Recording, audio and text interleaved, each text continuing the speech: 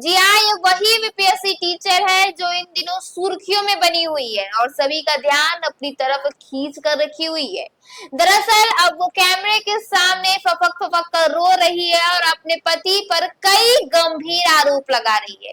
वो कह रही है जब एक माँ को अपने बच्चे तक से मिलने की इजाजत लेनी पड़े तो पता नहीं समाज कहाँ आ गया है।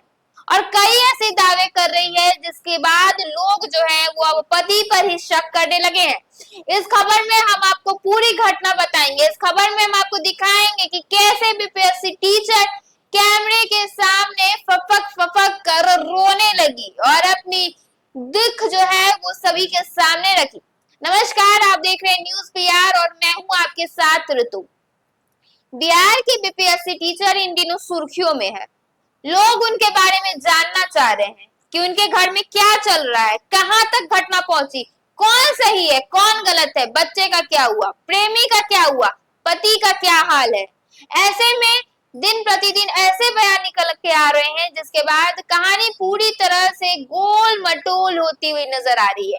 फिलहाल किसी प्रकार का कोई निष्कर्ष नहीं निकल के आ रहा है और ऐसे में फिर से बीपीएससी टीचर ने अपने ही पति पर आरोप लगा दिए हैं और साथ ही कैमरे पर फपक फपक कर रोने भी लगी। जी हाँ, दरअसल वो रोते हुए बताती है कि मेरे बच्चे को मेरे ही सामने छीन लिया गया। वो यह भी कहती है कि कोर्ट में मुझसे मिलने तक नहीं दिया गया।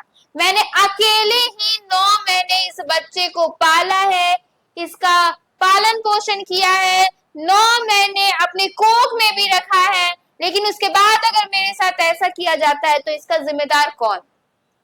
वो यह भी कहती है कि जब पालना पोसना था, पढ़ाना लिखाना था, तब सब चीजें हमने की, तब सब मेहनत मैंने की और जब सब कुछ हो गया तो मेरा बच्चा कोई और ले लिया।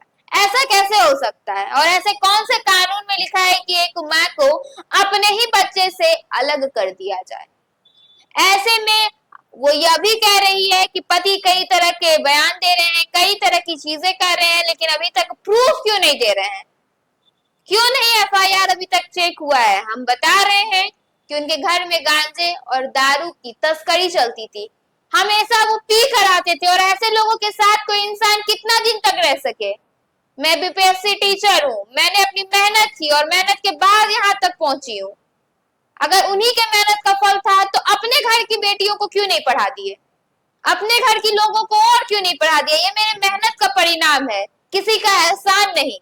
ऐसे में अब आगे सबकी नजर ये टिकी हुई है कि बच्चा क्या कुछ अब बोलता है, बच्चा किसके पास जाना चाहता है।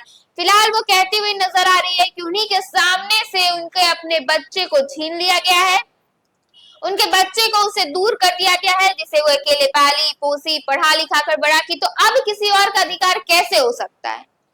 ऐसे में अब आगे यह देखना होगा कि इस पर क्या कुछ निकल कर सामने आता है, बच्चा किसके पास जाता है, बच्चा क्या कुछ बयान देता है और उस बयान में कितनी सच्चाई रहती है, क्या कोई सिखा के बयान दिलवा रहा है, या बच्चे की अपनी अंदरूनी इच्छा वही है, या बच्चे को किसी तरह डराया धमका जा रहा है, बच्चा कुछ और चाहता है। क्योंकि कितना भी समाज बदल जाए, कितना भी कुछ हो जाए, एक बच्चा हमेशा से अपनी माँ को ही चाहता है। भले ही माँ कितनी भी गलत हो, बच्चा सोने वक्त अपनी माँ को ही खोजता है। ऐसे में अब बच्चा क्या बयान देता है, बच्चा किसके पास जाता है, यह देखना अब आगे बेहद ही अलग होने वाला है। फिलहाल इस पर कोर्ट क्या कुछ न्याय करती है, यह देखना बेहद ही अलग होगा। फिलहाल के लिए बस इतना ही। ऐसे ही तमाम खबरों के साथ बने रहने के लिए देखिए न्यूज पीआर। धन्यवाद।